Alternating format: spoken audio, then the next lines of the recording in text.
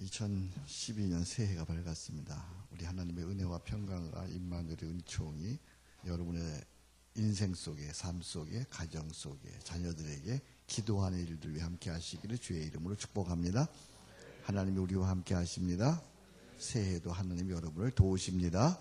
예수 임마누엘, 임마누엘 예수의 구원의 역사가 여러분의 삶 속에 함께 하기를 축복합니다. 오늘 말씀의 제목이 뜻을 정하고 사는 자에게 주시는 행복입니다. 뜻을 정하고 사는 자. 새해를 맞이할 적에 두 부류의 사람이 있어요. 뜻을 정하고 새해를 이렇게 살아야지 하는 사람이 있고, 뜻없이 막연하게 또 한 해를 사는 사람이 있어요. 여러분 두 부류 중에 어디입니까? 새해를 2012년 새해를 맞이했어요. 뜻을 정하고 이렇게 살아야지, 그렇게 사는 사람이 있고요. 그냥 작년이나 올해나 별 생각 없이 또 한 해를 사는 사람이 있습니다. 뜻을 정하셨습니까? 아니면 뜻 없이 시작하셨습니까? 또 뜻을 정했다 해도요, 자기의 야망과 성공을 위한 뜻을 정한 사람이 있죠. 그러나 또 자기 개혁과 신앙 성숙을 위해 뜻을 정한 사람이 있습니다. 여러분은 어디입니까? 자기 야망과 성공을 위한, 그건 좀 세상을 크게 성공하고자 하는 사람들이 정말 그런 뜻이겠죠. 자기 개혁과 성숙을 위한 뜻. 여러분 두 가지 중에 어떤 뜻을 정했습니까? 또 나아가 교회와 민족과 역사를 위한 뜻이 있을 수 있습니다. 당신은 새해에 뜻을 정하고 출발하셨습니까? 그 뜻이 어떤 뜻인가요? 개인 성공을 위한 뜻인가요? 아니면 자기 개혁, 신앙 성숙을 위한 뜻인가요? 한번 생각해 보세요. 아니면 아무런 뜻도 없이, 정한 바 없이 시작되었나요? 뜻이라는 게 뭡니까? 뜻은 생각을 마음에 정하는 게 뜻이에요. 생각을 마음에 정하는 것. 그러니까 뜻을 기도로 품으면 그것이 계시가 되고 묵시가 되고 비전이 되는 것이죠. 산다고 사는 것이 아니고 사람은 뜻이 있어야 사는 것입니다. 새해가 있다는 것은 정말로 축복입니다. 인간의 연약함을 알고 다시 잃어버린 뜻을 찾으라고, 그 뜻을 따라 다시 인생을 시작하라고 새해를 주셨어요. 뜻이 없이 새해를 출발했으면 2011년 12월 30일이나 2012년 1월 1일이나 무엇이 다를 바 있겠어요? 그죠? 그날이 그날이죠. 뜻을 정하지 않았으면 여러분 새해를 출발하는 게 아니죠.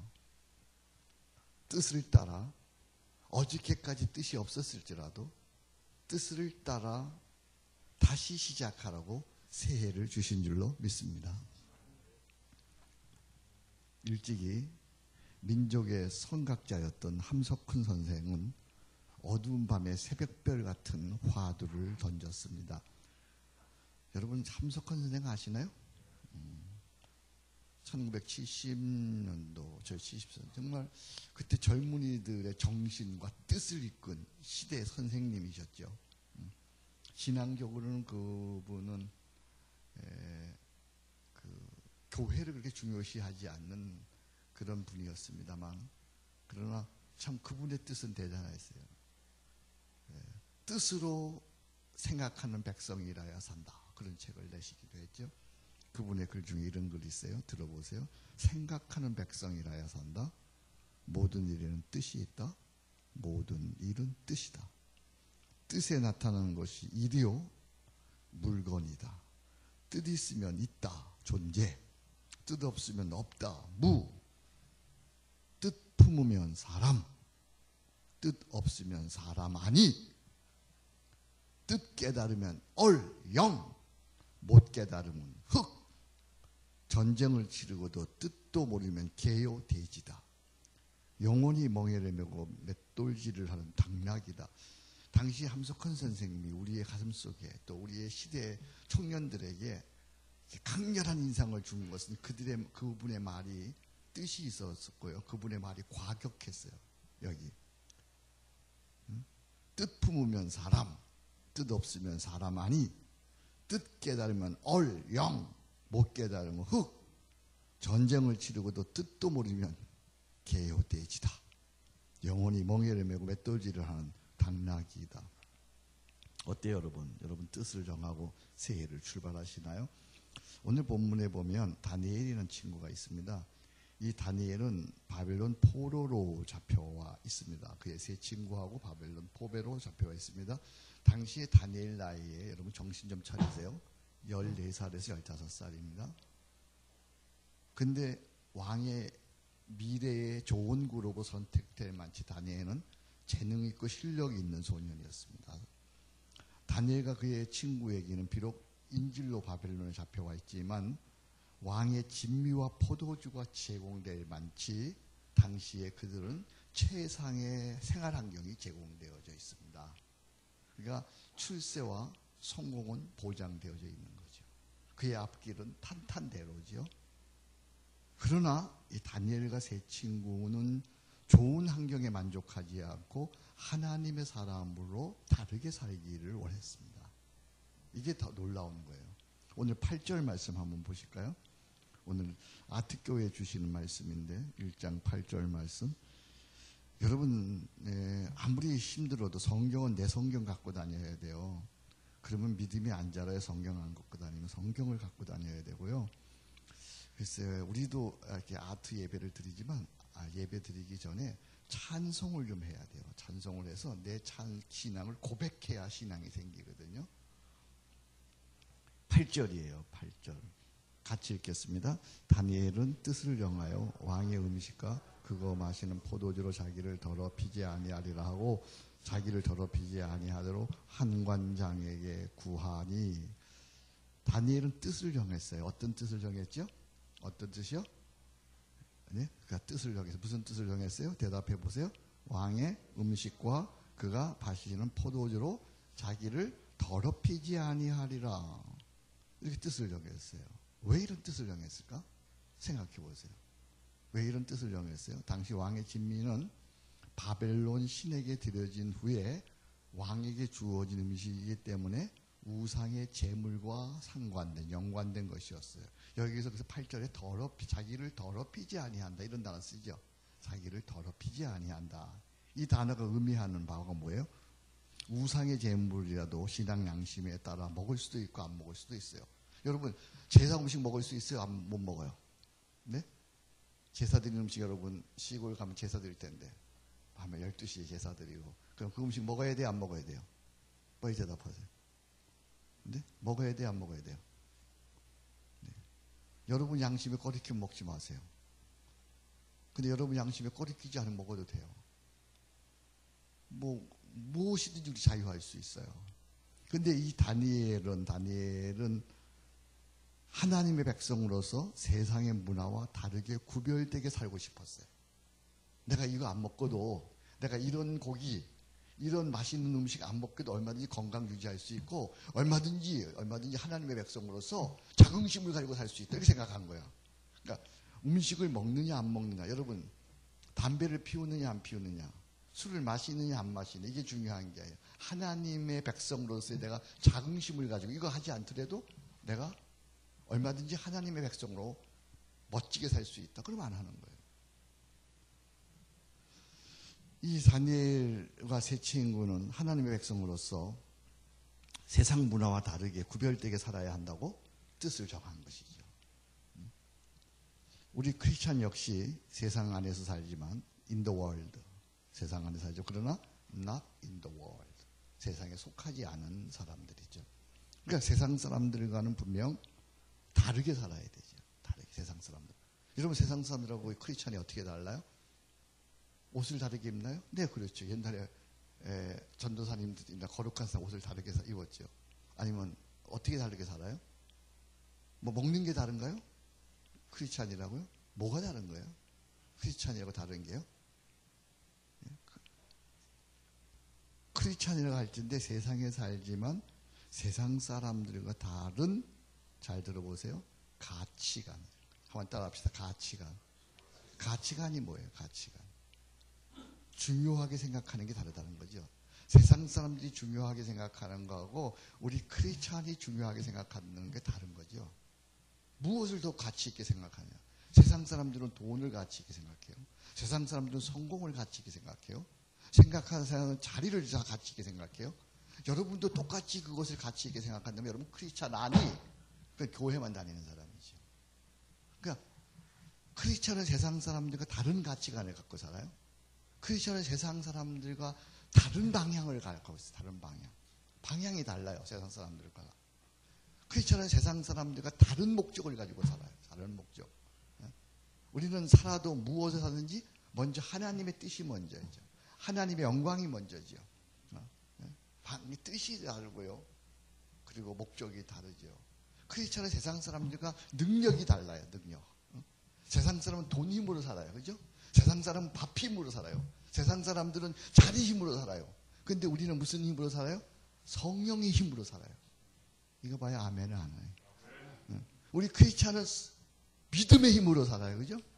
우리 크리스찬은 사랑의 힘으로 사는 사람이에요. 다른 능력으로 구별되게 살아야 합니다. 그 구별된 삶은 어떤 것입니까? 다음 주일에 더 구체적으로 생각하기로 하고 오늘은 결론부터 얘기한다면 크리스찬은 모든 일에 있어서 그리스도를 그리스도 안에서 생각하고 또 그리스도의 뜻을 따르는 사람들이에요. 다시 말하면 그리스도 십자가 사랑의 삶을 따르는 사람이에요.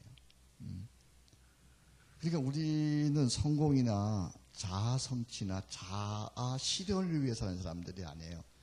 그러니까 그리스도를 따르는 데 있어서 참 방해되는 게 뭐냐 하면 자아 실현이 자아. 나를 실현하려는 그건 하나님과 뜻과는 별개예요. 하나님의 뜻과는. 우리는 무슨 일을 하든지 어디에 있든지 간에 아주 잘 들으셔야 돼요. 하나님께는 기도로 사는 사람이에요. 그렇잖아요. 하나님께는 기도로. 그러니까 무슨 일을 하든지 어디에 있든지 하나님께는 기도로 환경에 대해서는 어떤 환경이든지 감사로 사는 사람이에요. 그리고 이웃에 대해서는 십자가 사랑으로 사는 거예요. 한번 따라 합시다. 하나님께는 기도로 환경에 대해서는 감사로 이웃에 대해서는 십자가 사랑으로 아멘. 이렇게 사는 사람이 바로 하나님의 사람이에요. 오늘도 우리가 서초교회에서 제가 너 하나님의 사람아 이런 제목으로 말씀을 드렸는데 하나님의 사람은 사는 양식이 달라. 사는 목적이 달라요. 세상 사람들하고 똑같이 살지 않아요. 그는 어디에서 무엇을 하든지 하나님께는 기도로 사는 거예요. 기도로. 항상 하나님께 묻는 거예요. 하나님과 대화하는 거예요. 하나님과 소문대며 사는 거예요. 요즘에 이렇게 보면요. 걸어가는데 왜 혼자 말하고 가는 사람이 참 많아요. 쭈글쭈글쭈글거리고 막 걸어가요. 저 사람 좀 돌았나 그러시는데 근데 다 핸드폰 끼고 이어폰 대고 얘기하는 거예요. 그건 마찬가지예요. 여러분. 하나님께는 기도로 사는 사람들이에요. 그리고 환경에 대해서는 어떤 환경이든지 괜찮아요. 거기서 여러분들이 크리스찬이라고 하면 감사가 있어야 돼요. 아멘. 여러분 사업이 안 돼도 감사해요. 아멘입니까? 여러분들이 원하는 길로 못 가도 감사해요. 여러분들이 생각하는 일이 이루어지지 않아도 감사해요. 때로는 욕을 먹어도 감사해요. 여러분 다른 길을 가는데 목사님이 이 교회를 이끌어요. 주의 뜻이라고 생각하는데 그래도 여기 있는 목사는 주의 뜻을 따라 목회를 하려고 하기 때문에 그 주의 뜻을 따르는 사람들이 이렇게 세상에 많지 않아요. 교인들도 몰라요. 그래서 욕을 먹기도 해요. 근데도 그 길을 가는 거예요. 이웃에 대해서는 뭐라고요? 십자가 사랑으로 사는 자들입니다. 다니엘은 뜻을 정했어요. 이 뜻을 다니엘은 어떻게 실행하고 있습니까? 여기 자기를 더럽히지 아니하도록 뭐라 그랬죠? 자기를 더럽히지 아니하도록 누구에게 구했어요? 환관장에게 구했어요. 다니엘은 이것이 하나님의 뜻이다. 이렇게 일방적으로 이게 내가 하나님의 우리 목사님들이 종종 이런 우를 범하죠. 이게 하나님의 뜻이다. 이렇게 생각하면 상대방을 생각하지 않고 무시하고 일방적으로 밀어붙이죠. 목회자들이 참 많이 범하는 그런 우의 실수예요. 아집, 고집, 독서들이 이를 처리하지 않았어요. 먼저 그는 자신의 권위자인 환관장에게 예를 갖추어서 자신의 신앙적 입장을 설명을 하면서 도움을 구합니다. 한관장님, 저에게 고기 주지 말고 열흘 동안 채식만 주십시오. 그래서 고기 안 먹고도 우리가 얼굴이 좋고 건강하면 그때 우리가 계속해서 그렇게 살도록 하겠습니다. 그러니까 여러분, 참 이게 중요한 거지. 아무리 좋은 뜻이라도 요즘 얘기로 하면 소통되지 아니하면 그 선한 뜻이 그만 왜곡되고 잘못될 수가 있는 거예요. 자, 여러분 뜻을 정하시기 바랍니다. 아까 조금 전에 하나님께는 무슨 뜻을 정해요? 기도하리라. 환경에 대해서는 어떻게 하리라? 감사하리라. 그리고 이웃에 대해서는 어떻게 하리라? 십자가 사랑으로 하리라. 그러니까 상대방이 나한테 욕을 하든지 뭐 나를 죽이려고 하든지, 근데 크리스찬이 가는 길은 뭐예요? 십자가 사랑의 길이야. 아멘입니까? 저렇게 한기총처럼 싸우는 길이 아니야. 그건 크리스찬이 가는 길이 아니에요. 그러니까 누가 뭐라고 하든, 누가 뭐 욕을 하든 죽인다고 하든 뭐 핍박을 하든 박해를 하든 뭐 우리가 가야 하는 길은 무슨 길이라고요? 십자가 사랑의 길이야. 근데 그 길을 가는데 일방적으로 무시하거나 일방적으로 밀어붙이지 아니하고 독단적으로 일을 처리하지 아니하고 소통하는 거예요. 소통. 그래야 선한 뜻이 왜곡되지 않고 바르게 나아갈 수가 있어요.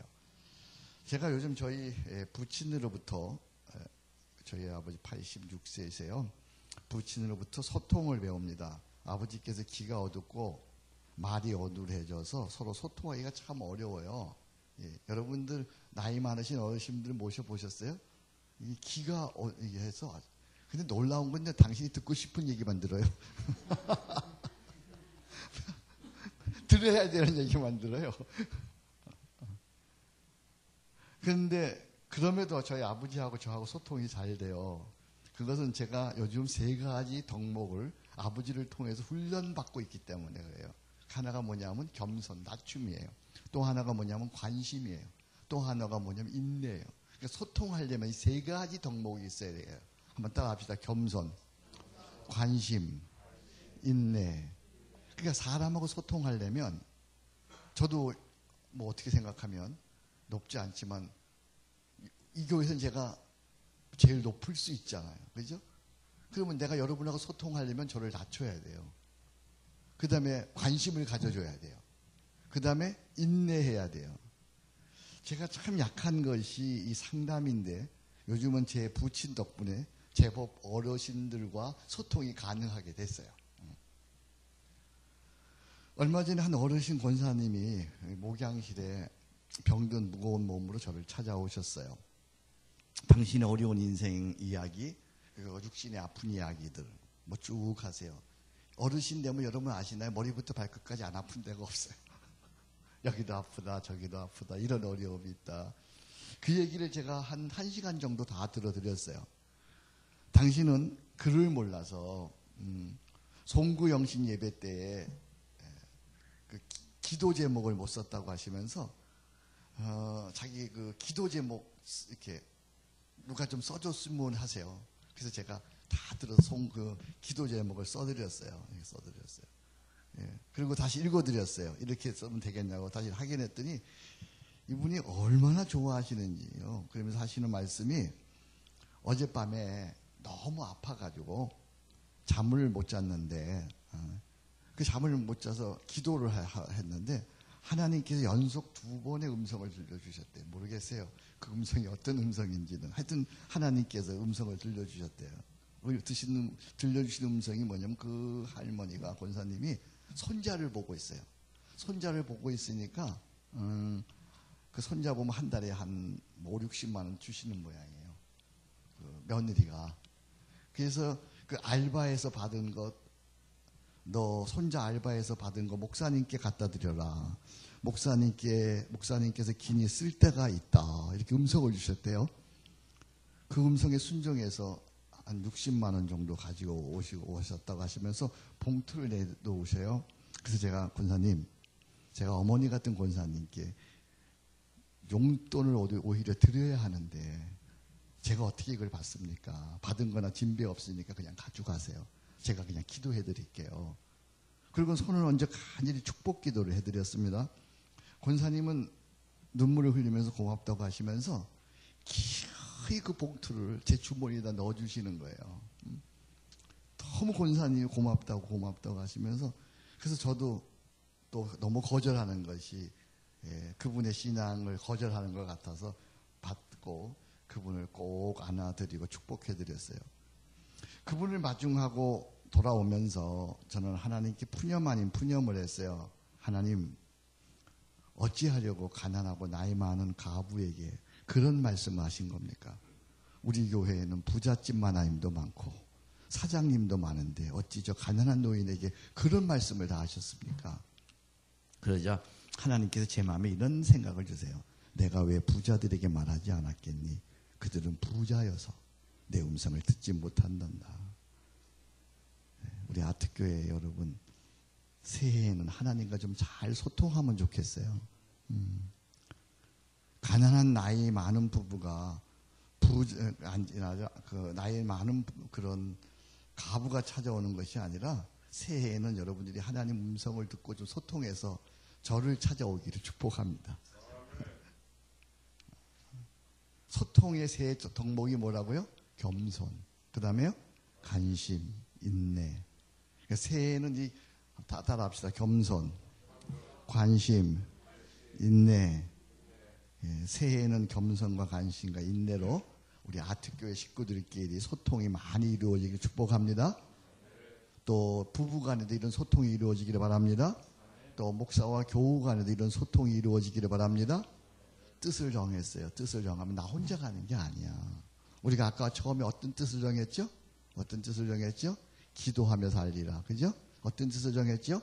감사하며 살리라. 어떤 뜻을 정했죠? 십자가 사랑으로 살리라. 그래요, 여러분. 아까 처음 서두 얘기할 때 성공이나 또는 어떤 내 인생에 있어서 진로에 대한 뜻은 누구나 세우는 거예요. 그거 안 세우는 사람이 어디 있겠어요? 근데 그것만 세우면 세상 사람들과 다를 바가 무엇이 있겠어요? 그렇죠? 그런 거 여러분 세우세요. 여러분들이 아까 어떤 자매가 목사님 제가 올해는 목표를 세우고 갑니다. 그래, 좋아요.